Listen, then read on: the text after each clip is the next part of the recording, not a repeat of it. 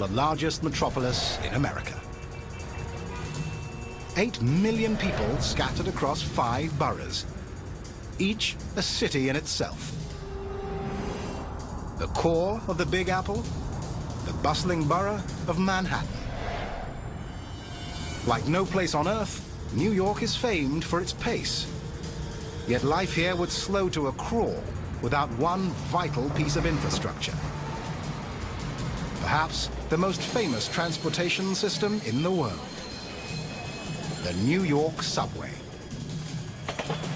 It's the engine that drives this megacity.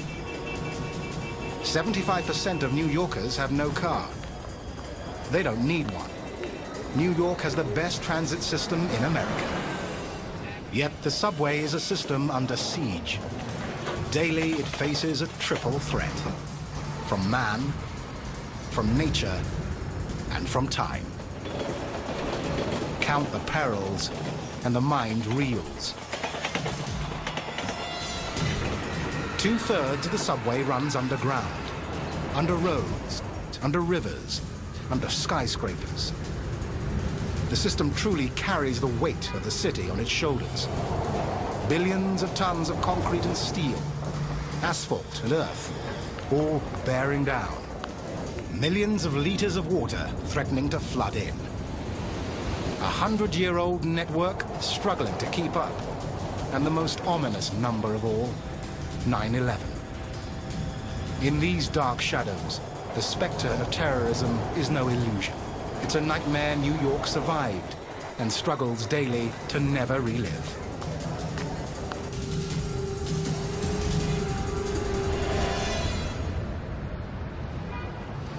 New York has a second nickname, the city that never sleeps.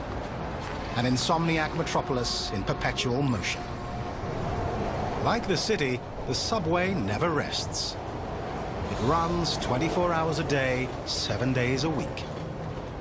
It's the fastest way to get around. Average speed on asphalt, 10 kilometers per hour. Average speed on rails, 48 kilometers per hour.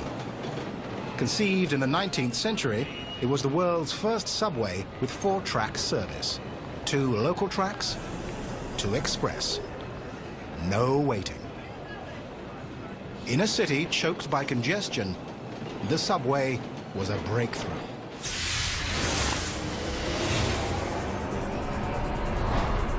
From a single line, tentacles spread across the city to become the most extensive subway system on Earth.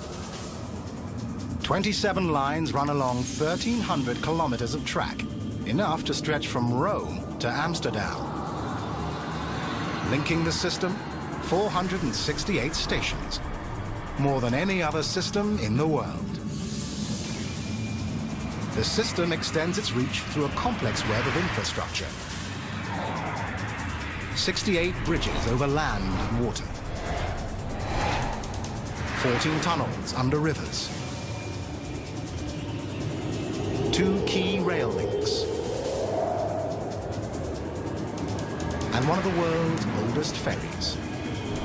Every working day, trains carry 4.5 million people, nearly the entire population of Norway, making it one of the world's busiest subway systems. Within this vital organ, life pulses at the speed of a New York minute. And every day, the city struggles to keep it beating and keep it safe. To outsiders, this megacity can seem one big, faceless metropolis. To New Yorkers, it's a vast patchwork of neighborhoods, each with its own identity, all linked by these precious threads of steel. Abe Monhas has been a motorman for 21 years. Today, he's driving his favorite route, the number 3 line. I think it's one of the nicest lines in the system. Just moving through the city, Harlem, Brooklyn, Manhattan, Chinatown. His route takes him through some of the world's most famous real estate.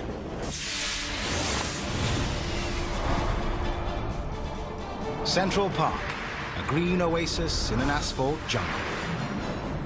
Broadway, theater capital of the world. The Empire State Building. the world's most famous skyscraper.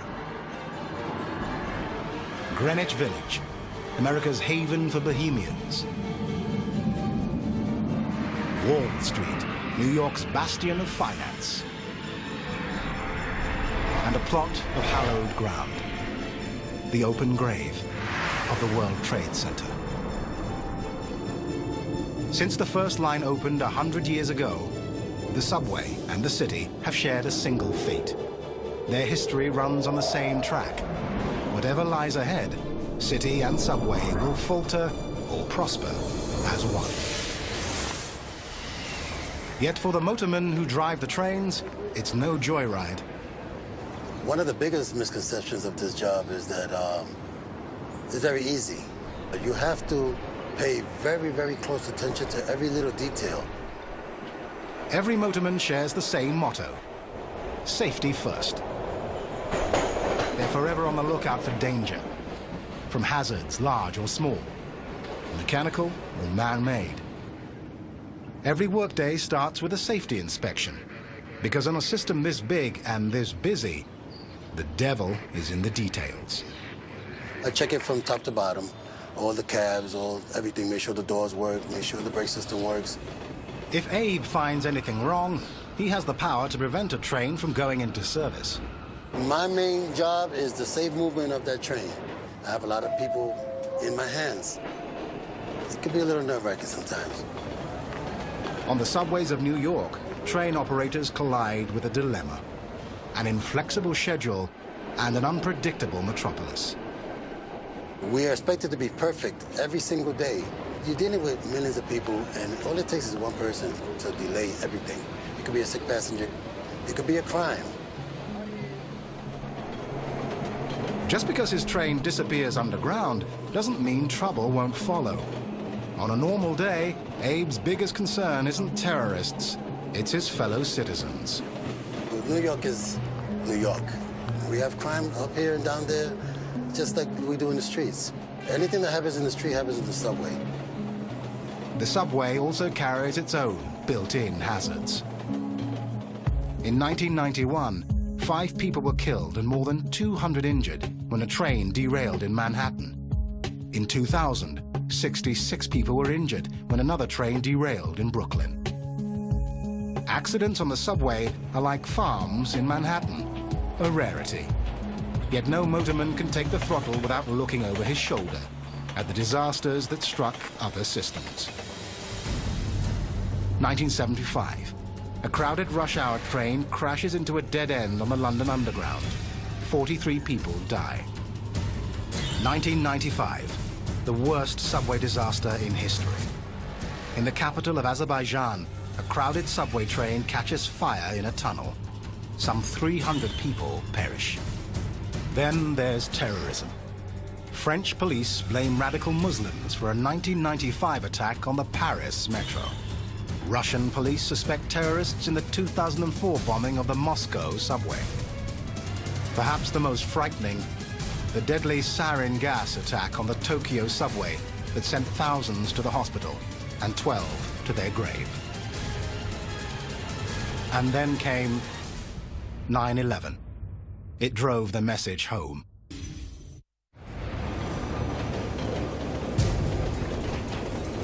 Along these rails, New York stands guard for danger. On a beautiful Indian summer morning, it struck from the most unlikely quarter, right out of the clear blue sky. An unprecedented catastrophe that stopped New York in its tracks.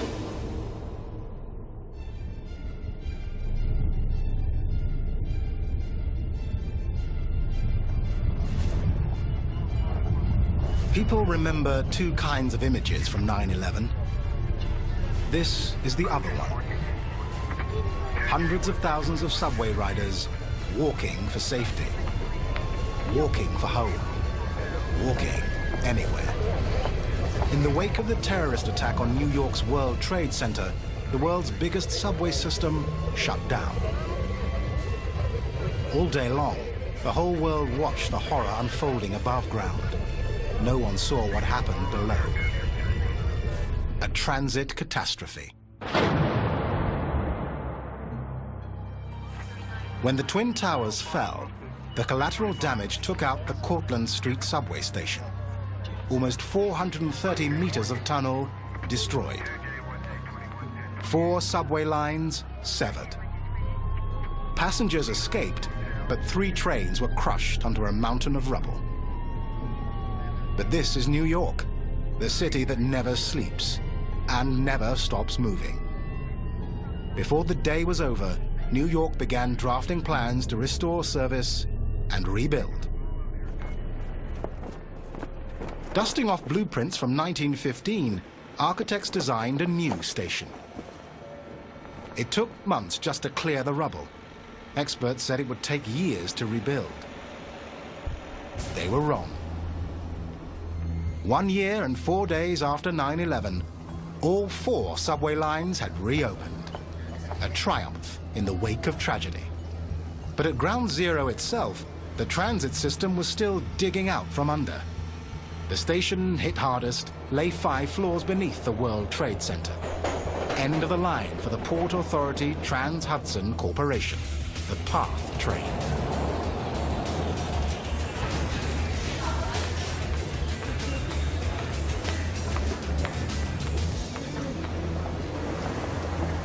From terminals in Newark and Hoboken, the railway crosses the Hudson River via 2 tunnels. One line runs to the Penn Station subway stop, the other to the World Trade Center. PATH is one of the world's smallest railways, just 23 kilometers. But it links northern New Jersey to all 1,300 kilometers of the New York subway system. Each day, the trains make hundreds of trips, carrying almost 200,000 commuters. Like the subway, PATH trains stay in perpetual motion. I mean, some people come from other places and they tell me, oh, what time do I have to be back from the city? You know, but what time do you, was your last? I said, we run 24 hours. Passengers with backpacks. Bob Garcia has been a PATH conductor for 2 decades. Also, passengers. I enjoy being in the car with the passengers, and I think the passengers feel a lot safer too. You have to remember, since 9/11, things have changed. We lost our innocence because now any little delays, anything that happens on our system, passengers tend to look up. Every day, Garcia pulled into the PATH station beneath the Twin Towers. World Trade Center is our final stop. It was a city within a city. You had over 50,000 people. You were so alive when you were down here. Where you would see it mostly is when you came out for lunch on a beautiful day, when everyone was coming out of the buildings. And then, of course, you would sometimes look up and see these majestic mountains just staring down at you. Then came 9/11. The only way you can describe it is like a death in the family.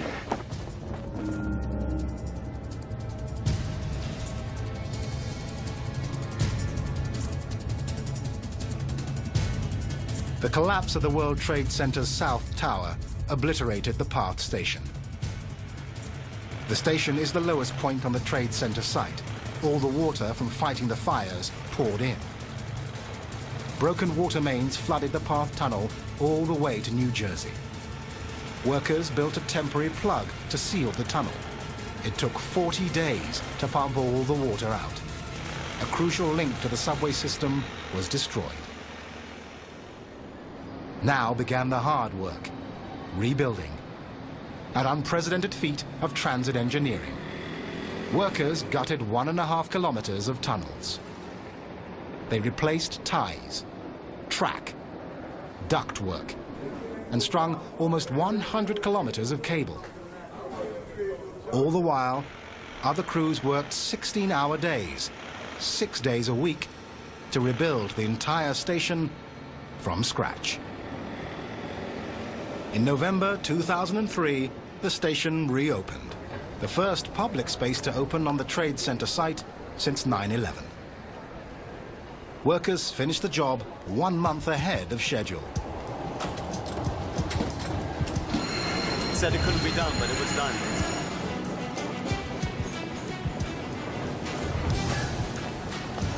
Yet the real work has just begun. This station is only temporary. From unprecedented tragedy has emerged a rare opportunity, the chance to reinvent the ancient infrastructure at the heart of a modern megacity. This gaping hole is destined to become a thriving hub. We're going to build a new transit center here, and that is the first terminal that Lower Manhattan will have. Charles Gargano is vice chairman of the Port Authority. His vision of a new PATH station is destined to link up with another bold transformation just blocks away. With more than 250,000 entries, exits and transfers each day, Fulton Street is the busiest subway station in Lower Manhattan. It's also the most confusing. A subterranean jigsaw puzzle, and the pieces don't fit.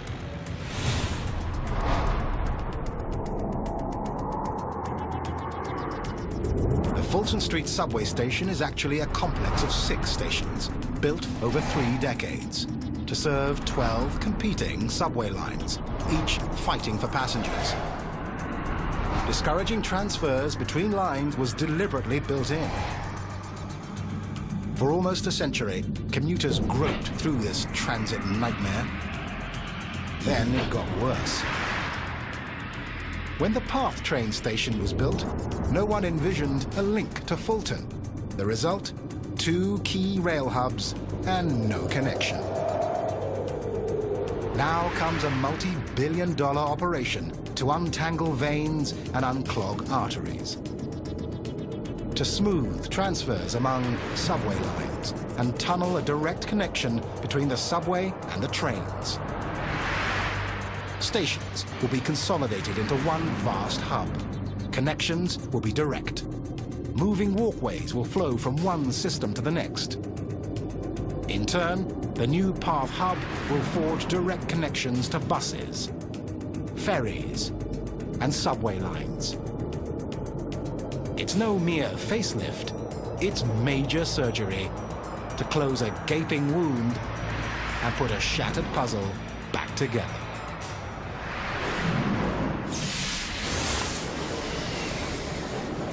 Slated for completion by 2009, this grand central station has a grand price tag, $2 billion. In the eyes of the beholders, it's money well spent for a city in perpetual motion. And they will have an ease of moving from location to location, from transit system to transit system. That's the ultimate goal. Ease of movement is the very purpose of the subway and its genius. Sooner or later, the tracks end, but not the connections. By linking to every other transit system in New York, the subway extends its reach far beyond the end of the line. Just blocks from the PATH station, the subway system jumps the track and connects with a New York institution. Security, Guy Molinari, changing slips in St. George.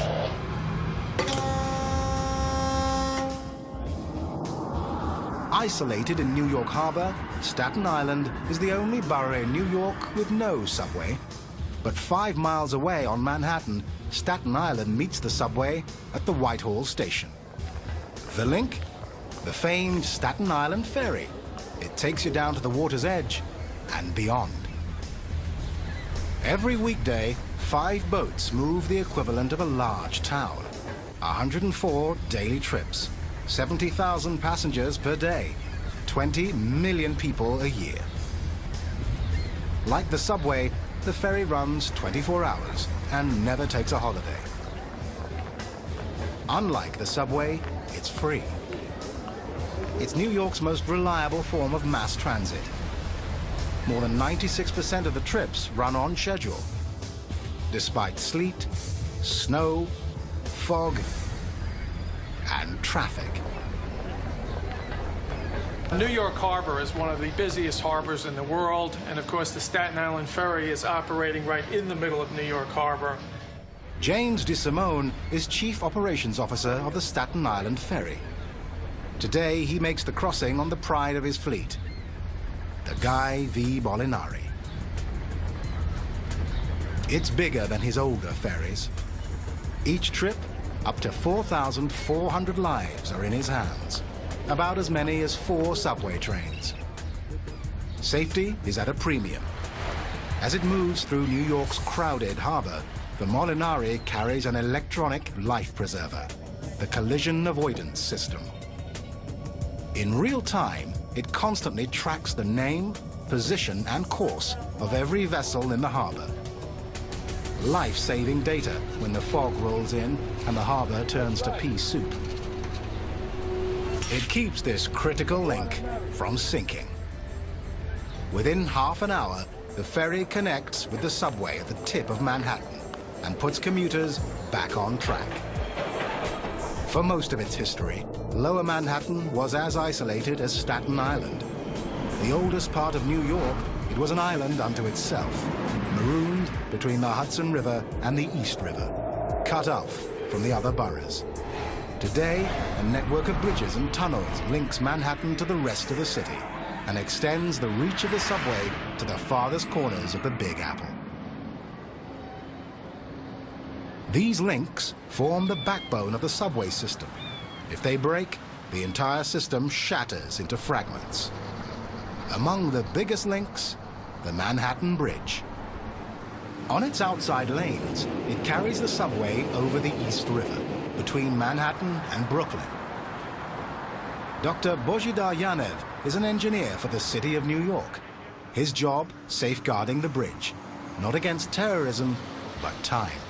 A bridge like this is like a machine. There is always something you need to fix, to oil, to repaint, to clean, and possibly to replace.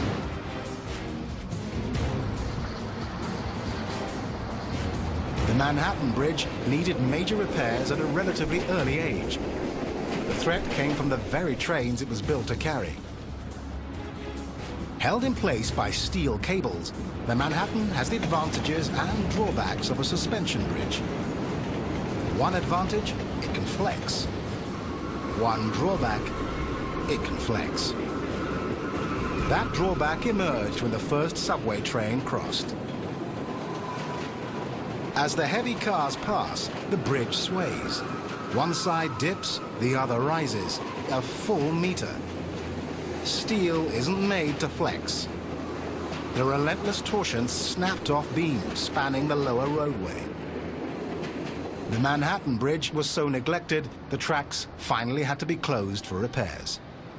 In the 1980s, the city invested $2.5 billion in a 3-decade program to overhaul its bridges. On the Manhattan Bridge, engineers installed heavy steel braces to stop the swaying. The effect was surprising even to us.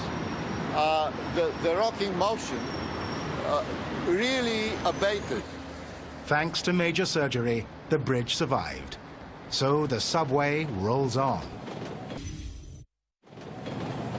Bridges and tunnels take the subway far beyond the confines of Manhattan. But with reach comes risk. The bigger the system, the more chances for failure. Risk looms within and without.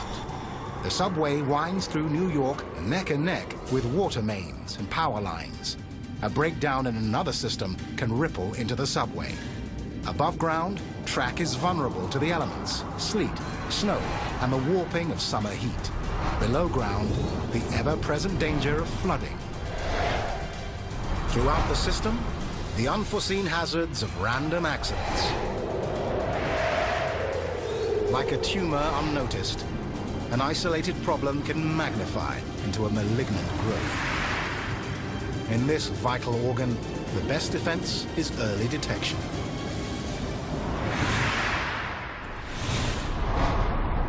To spot trouble, the Transit Authority relies on its frontline lookouts. We're their eyes and ears, because we're the ones that are out here. So if I see a fire on this track, they don't see that. I see it, so I call out control. We have a smoke condition, track 4, Junior Street. Fire is another one of those things that you really don't want to see happening below ground because there really is no place for the smoke to go. If there is even a minor trash fire, it may not be a major emergency, but if you're on that train and the smoke condition comes into the subway car, you really don't care what it is you want to get out of there. Fire, flood, bomb. Whatever the threat to the subway system, Michael Lee can respond. He controls the latest weapon in the arsenal of the Office of Emergency Management, the Mobile Data Center. In a crisis, knowledge is power, and Lee's team is all-knowing. Inside, a computerized map of virtually every city structure, above and below ground, including the entire subway system, in unparalleled detail. At a keystroke, they can punch up a station and pinpoint every elevator, emergency exit, and fire hydrant. Every stairway in every subway has a unique number registered on the computer, allowing Lee's team to guide rescuers through smoke-filled chaos. Today, the chaos is water in mud.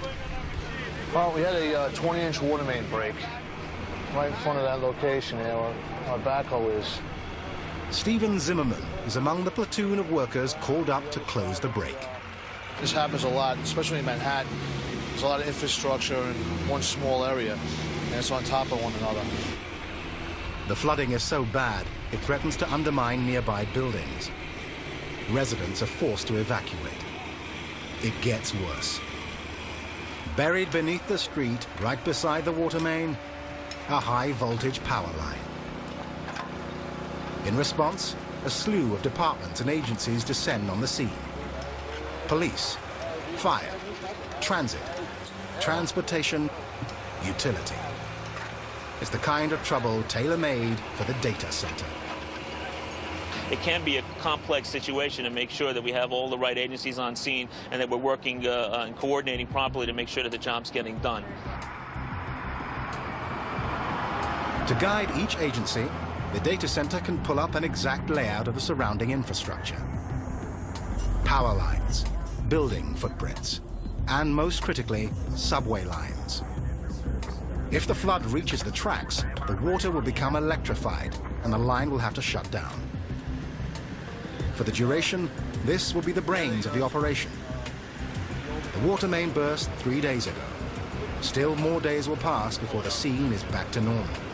After the first day or so, people get used to the disruption. New Yorkers, they learn to cope with it. So does Lee's team. We are confident that we can respond to anything anybody throws at us, so bring it on. We're ready. Every day, fate taunts the New York subway. On the nation's oldest and busiest system, the relentless foes are age and wear. Quietly, thousands of workers fight back, repairing track, overhauling trains, battling floods, in a daily struggle to bypass disaster. A motorman is only as good as his train. That's where Abe comes in.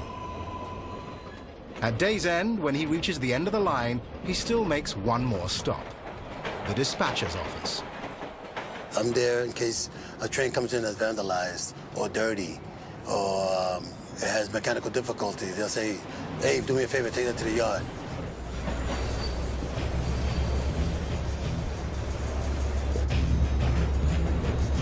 The yard is the Coney Island Overhaul Complex.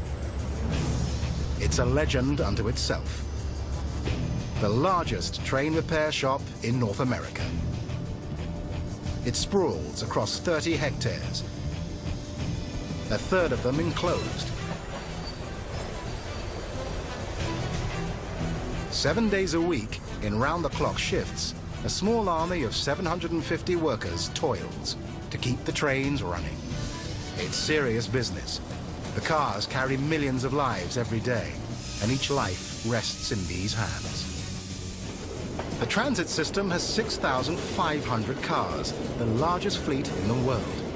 Each year, the entire fleet logs 558 million kilometers, nearly 4 times the distance from the Earth to the Sun. Today's car, a self-propelled model of mass transit, the biggest and safest car ever to ride these rails.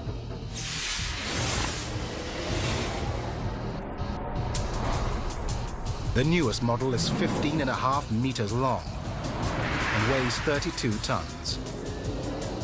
Its main components, a passenger cab, and 2 steel trucks. It draws power through 4 contact shoes, 2 on each side, but interconnected. When one shoe touches the electrified 3rd rail, all 4 are hot. Power flows to 4 115 horsepower motors, powerful enough to accelerate a sports car from 0 to 100 in 4 seconds. With power on, the motors push at full strength, but the train's speed is controlled by resisting the push of the motors. To stop the train, resistance increases. Only within the last 5 meters does the motorman activate the brake shoes and pads. Keeping the entire car on the rails, a steel lip invented 2 centuries ago. And still holding fast. From the wheels to the roof, the Coney Island yard can repair every single part. And every single day, it does. Every car that comes in gets the equivalent of an annual physical to ensure nothing goes from bad to worse. We have a saying here, you don't want to pay for the same real estate twice. So if a car comes in, you want to do as much and the best job as possible the first time, this time, so there won't be a next time. Greg Lombardi is the main superintendent. He runs his shop like a giant toy, a $1 billion toy. I always told everybody it's like having my own personal train set. When things, unexpected breakdowns occur, we go out and we troubleshoot.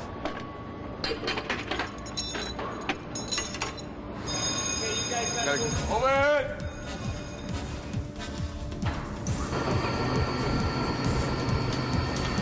The shop's workhorses are 4 30-ton cranes, indispensable for moving a car from one workstation to another. Ready? Hold! This weighs 28 tons, so it's nothing to fool around with. One wheel alone weighs more than 350 kilograms. An entire wheel and axle assembly weighs nearly a ton. And they're constantly on the move. They can do anything, from repairing a single part to rebuilding an entire car. Frame, motors, gears, axles, wheels, brakes, all within 40 hours. When they take a car apart for a major overhaul, the shop works like a race driver's pit crew, all at once. But the scale is bigger, the stakes higher. While one crew repairs axles, another replaces brake shoes. The goal? Get the cars in and out as fast as possible. When the mechanical crews finish, the cosmeticians take over. Coney Island washes these cars more often than most people wash their own. Every week, 1,000 cars pass through one of the world's biggest car washes. Back in the day when graffiti would plague the fleet, we'd have to run them through a lot more. That was when the cars were painted. Nowadays, as you can see, they're stainless steel, easy to clean, easy to maintain, no painting required. So let this one come in, little dull, and they'll come out nice and shiny. Shiny and safe. The goal of New York itself. 3 decades ago, both the city and the subway shared a bad reputation. Dirty, unsafe, and no place to be. New York cleaned up its image partly by cleaning up the subway. At the Coney Island yard, they do more than keep the trains running. They keep the Big Apple polished. No job too small, no job too big, lifetime guarantee. How can you beat it? Send us your troubles. On the subway, keeping cars safe is only half the equation. The system has more than 2,600 switches to move trains from one track to another, and more than 11,000 signals to control train traffic. The equipment is older than most New Yorkers. Much of it was installed before 1940. Altogether, more than 13,000 chances for something to go fatally wrong. New York can't take that chance. To sidetrack a catastrophe, maintenance workers go looking for trouble every day. To find it, the crew themselves must venture into harm's way. They work in a black hole, beside live rails, with trains bearing down just centimeters away.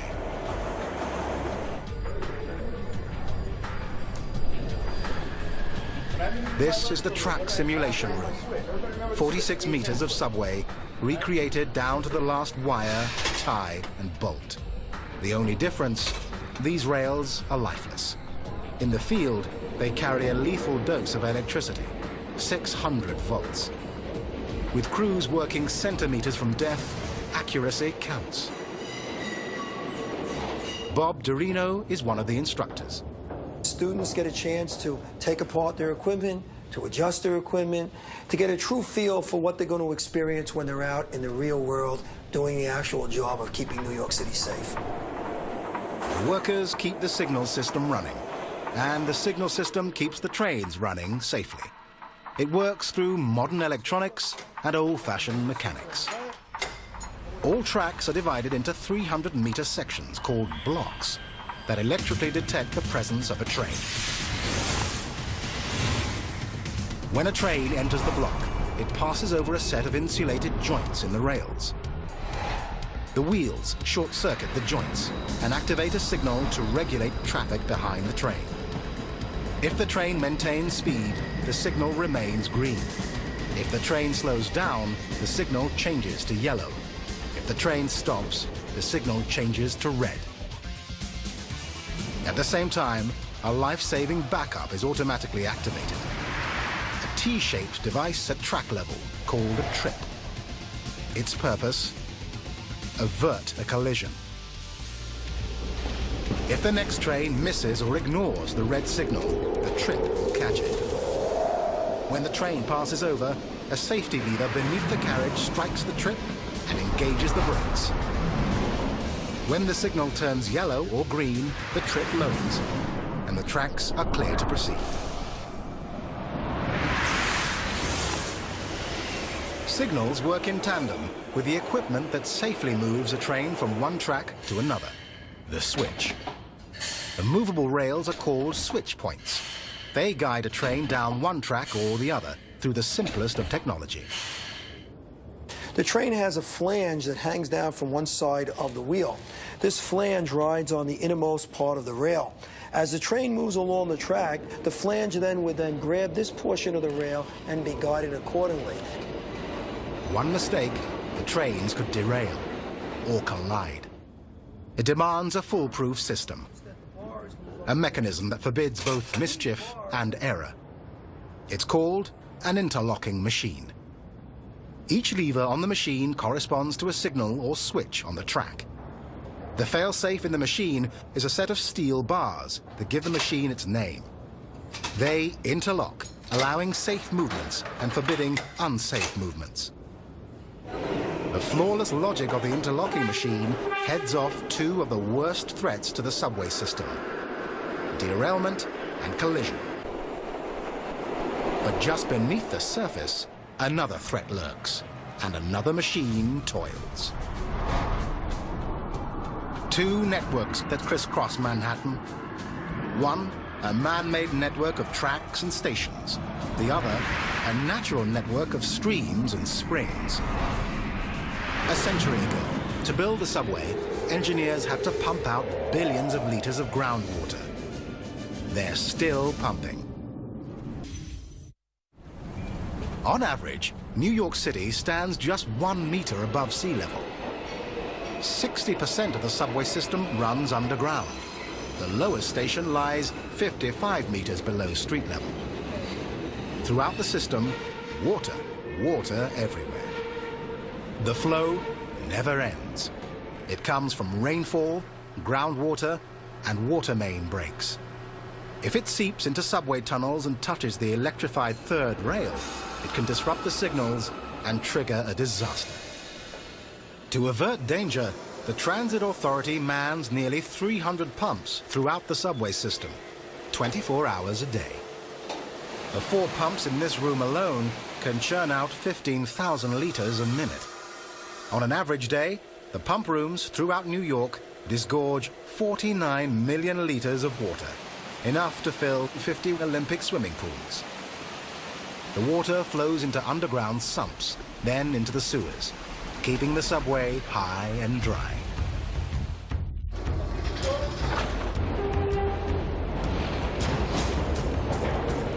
Yet, on this system, the tracks aren't clear. Ahead lies an obstacle. Not natural, but man-made. And a man-made problem requires a superhuman solution.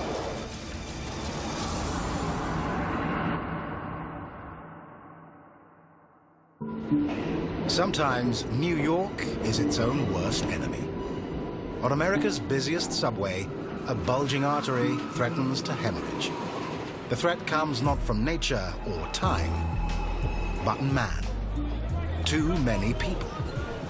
Now, relief is coming down the tracks. The fabled Second Avenue subway. In the boom years after World War II, change swamped Manhattan's East Side. Factories closed, offices opened, and condominiums sprouted. To make room for progress, the city tore down 2 elevated subways. As the decades passed, the population exploded, swamping the East Side's sole subway line. For decades, New Yorkers talked of building another line running north and south along Second Avenue. Work was begun, but when New York teetered on bankruptcy in the 1970s, construction stopped. Finally, help's coming. The first subway line to be built since 1940, a 13-kilometer stretch from 125th Street to the financial district in Lower Manhattan. It won't be completed until 2020, but a glimpse of the subway of the future has already been unveiled.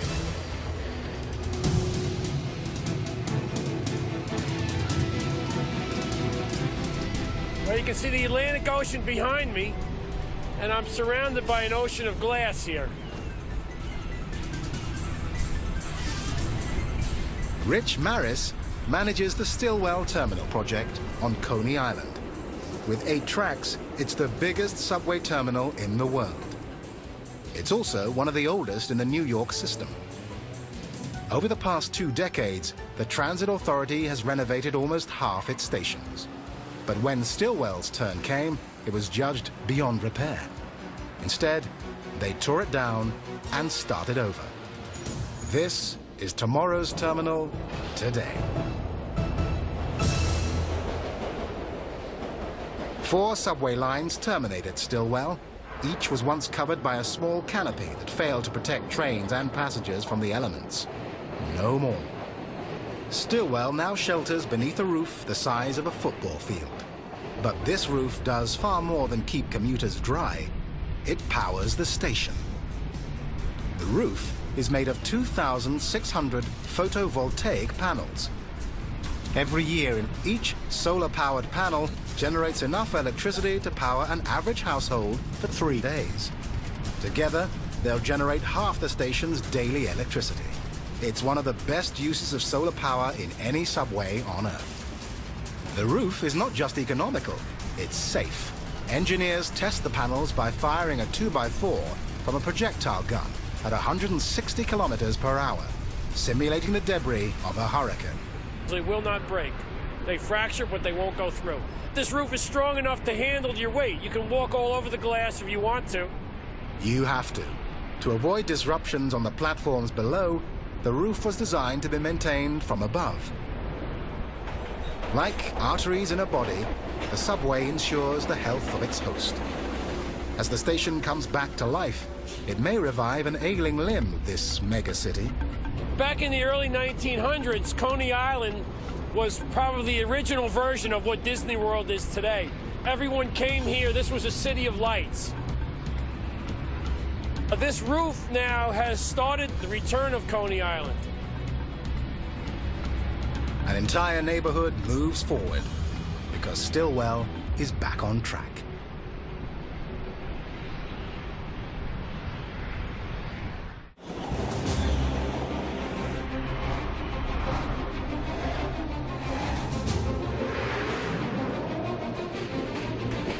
Man, nature, and time all throw obstacles in its path. Hazards loom around the bend. Yet the subway always comes through.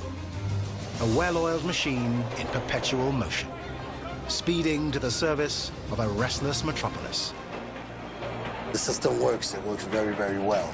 And when there's a time of crisis, we pull together like nobody else does.